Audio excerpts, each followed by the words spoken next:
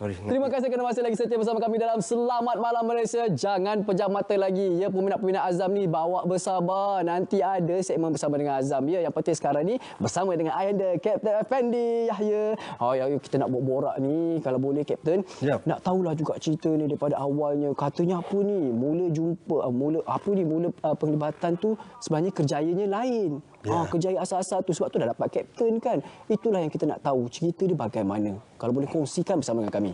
Cerita saya lah. Cerita yang kita ni awal-awal sebelum jadi kartunis. Kartunis. Kena lahir dulu dalam dunia ni. Saya lahir kat Teluk Ensin, Perak. Teluk Enson adalah Teluk Intan, Perak. Betul. Ya, tepat sekali. Orang lama panggil Teluk Enson. Enson ya sebut tu. Ya. Adik-beradik ada 12.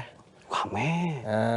Ya, keluarga tersendiri saya punya ex-wife Zurina, which is also still my friend. Dengan anak saya Fizi dan Elina berada di Melbourne. Sekarang ini? Ya. Melbourne jauh now, Kapten. Dekat Asia 7 jam je. Dia dah biasa pergi. Naik Asia 7 jam saja dah sampai kan? Ya. Lagi seterusnya apa lagi? Saya pernah sekolah kat VI. Jadi dalam masa 2 tahun tu saya menganggur. Jadi zaman-zaman tahun bila tu? 78. Masa disco sana situ jadi menganggur, happy lah kat KL. Jadi satu hari mak kata, bila nak jadi orang berguna ni? Dia bagi pesan macam tu ke? Yep. Jadi terpaksa lah cari kerja. Dapat 2 offer air traffic controller dengan pegawai kadet. Tak tahu macam nak pilih, tutup mata, Komoi tu baling, apa yang jatuh atas tangan, iyalah tu. Macam baling dadu pula. Ini cerita betul ni, tak ada tak kelentong ni. Jadi dapat pegawai kadet, tepuk dahi. Sebab saya sekolah dulu bukan ahli sukan. Tidur pukul 2 pagi, bangun pukul 2 petang. Berhantu. Jadi nak masuk askar ni gila ke? Nak macam kena teruk. So masuklah sekolah pegawai kadet dekat Port Dickson. Port Dickson. Pada April 1980. Umur 20 tahun, 300 pegawai kadet, tentera darat, Navy, dan juga laut. 300. 300 ya? 9 bulan. 9 bulan? 9 bulan seksa. Kena lanyak. Zaman-zaman dulu banyak kena belasah. Memang belasah. Sebab dia nak keluarkan pegawai-pegawai yang mantap sebab masa tu kita masih lawan dengan komunis. Jadi bila kita ditauliahkan sebagai pegawai, kita campakkan dalam kawasan operasi yang tembaklah. Jadi sementara dia orang tembak tu, orang awam dekat bandar tu happy lah. Minum kopi semua. Jadi banyak orang tak tahu cerita tu. Pengorbanan dia orang. Pengorbanan masa-masa ya. Semuanya berkhidmat macam Ayanda Kapten sendiri dalam 10 tahun ya berkhidmat. 10 tahun. Saya ni tauliah jangka pendek. Dia ada 2 jenis pegawai, tauliah jangka pendek dan regular, tetap.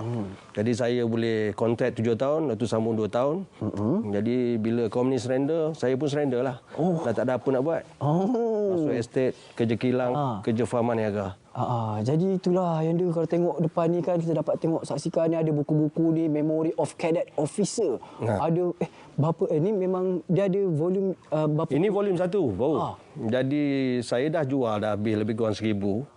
Jadi pelancaran ni dekat 5 Langkawi.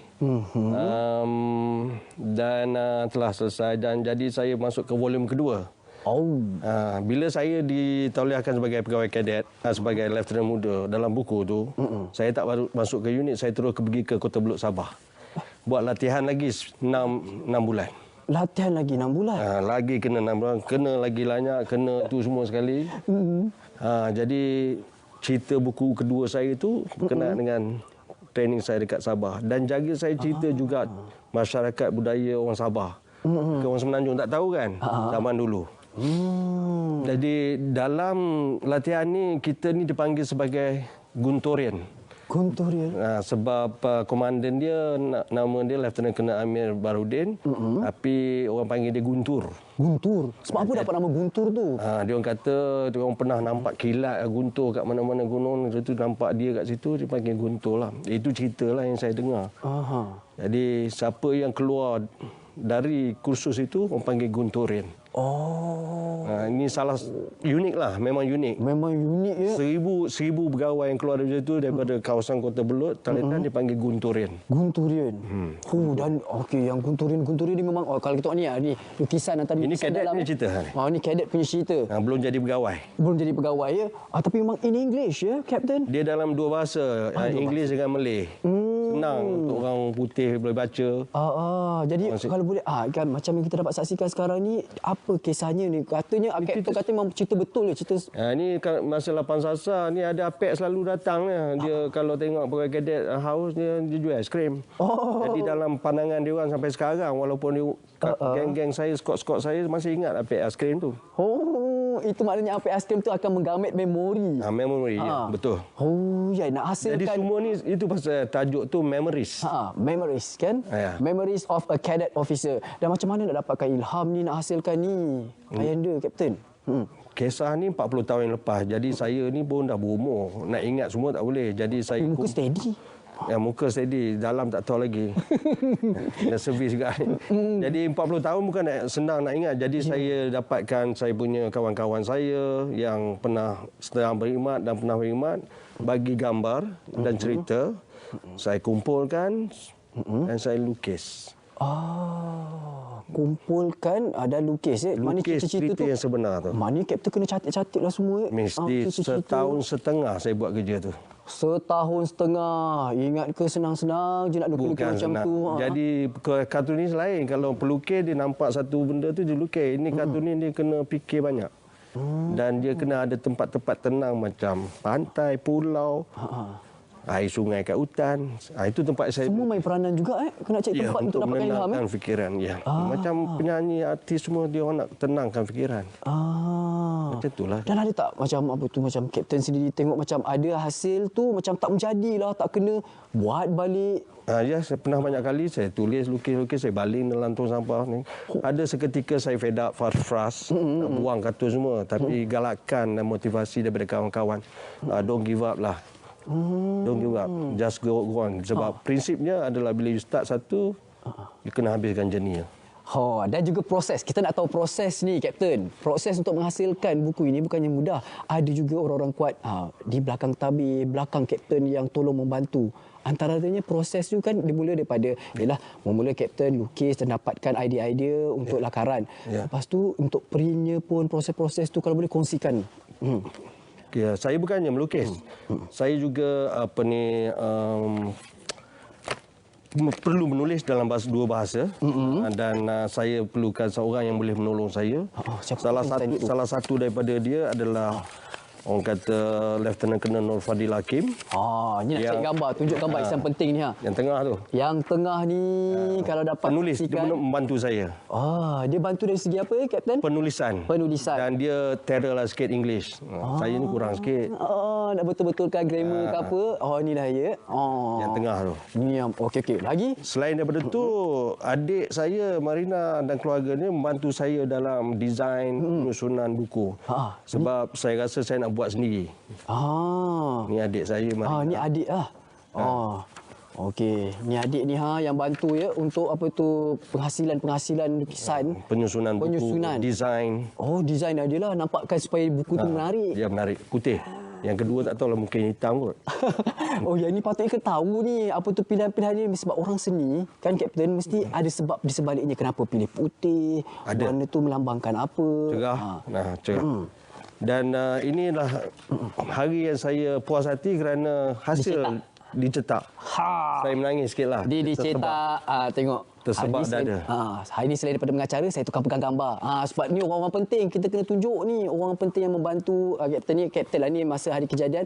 Ni Captain, pengalaman dia bila buku tu dapat dicetak, dihasilkan. Dan dilancarkan. Masa pelancaran? Pelancaran di 5 Langkawi 19 dan juga PWTC Pesta Buku International. Untuk test lah market dia macam mana. Tapi kebanyakan buku-buku yang saya jual ni sebab dia mengisahkan berkenaan orang nak jadi pegawai. Saya pergi semua kem-kem tentera dalam Semenanjung Malaysia, Sabah, Sarawak untuk berjumpa Panglima. Daripada pangkat Lieutenant Muda sampai ke Panglima. 4 bintang ke 3 bintang. Jadi support tu memang baguslah dan nostalgic lah. Nostalgik sangat memberi kesan. Ya. Apa saja yang dikongsikan ni adalah memberi kenangan bukan saja untuk kapten tapi juga rakan-rakan perjuangan Ya. yang generasi baru pun, dan juga kalau kapten kalau boleh bagi nasihat kepada generasi baru ni, kalau boleh bersiap sedia seperti mana kapten dah rancang dah maknanya perjalanan kehidupan tu cantik selepas terlibat mencurahkan bakti kepada negara, juga buat pula hasil karya-karya yang boleh memberikan sumbangan. Ya. Jadi nasihat Selain motivasi diri sendiri, kita kena ada keluarga kita sendiri. Macam keluarga adik-beradik saya yang 12 orang ni. yang ramai ni. Adik-beradik 12. Dia orang motivasikan saya dan juga keluarga saya sendiri ni. Ya. Yang sekarang duduk kat Melbourne. Elina, Fizi dengan Zurina. Dan juga batch saya adalah mantan Panglima Tentera Darat, skot saya, dan Panglima Tentera Darat sekarang, Datuk Zamrus, ini skot saya lah. Kena lanyak sama-sama dengan saya. Dia tak banyak gambar-gambar kenangannya. Tapi ayahanda kapten, kita nak berehat seketika ni. Boleh.